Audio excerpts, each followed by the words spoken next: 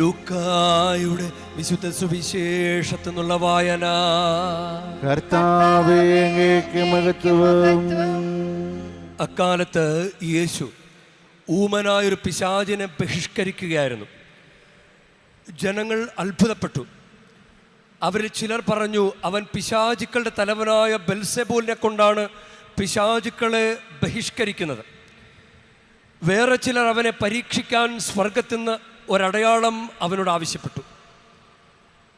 അവരുടെ വിചാരങ്ങൾ അറിഞ്ഞുകൊണ്ട് അവൻ പറഞ്ഞു, അത്തച്ചിത്രമുള്ള രാജ്യം നശിച്ചു പോകും, അത്തച്ചിത്രമുള്ള ഭവനവും വീണുപോകും.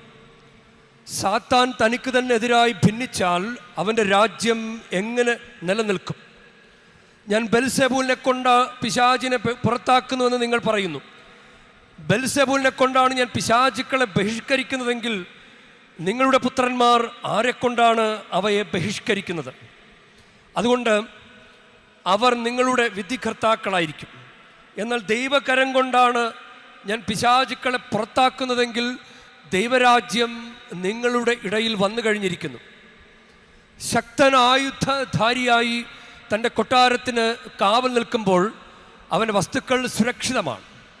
എന്നാൽ കൂടുതൽ ശക്തനായ ഒരുവൻ അവൻ ആക്രമിച്ച് കീഴ്പ്പെടുത്തിയാൽ അവൻ ആശ്രയിച്ചിരുന്ന ആയുധങ്ങൾ മറ്റവൻ അപഹരിക്കുകയും കൊള്ള മുതൽ ഭാഗിച്ചെടുക്കുകയും ചെയ്യും. എന്നോടുകൂടെ അല്ലാത്തവൻ എനിക്കെതിരാണ്, എന്നോടുകൂടെ ശേഖരിക്കാത്തവൻ ചിതറിച്ചു കളയുന്നു.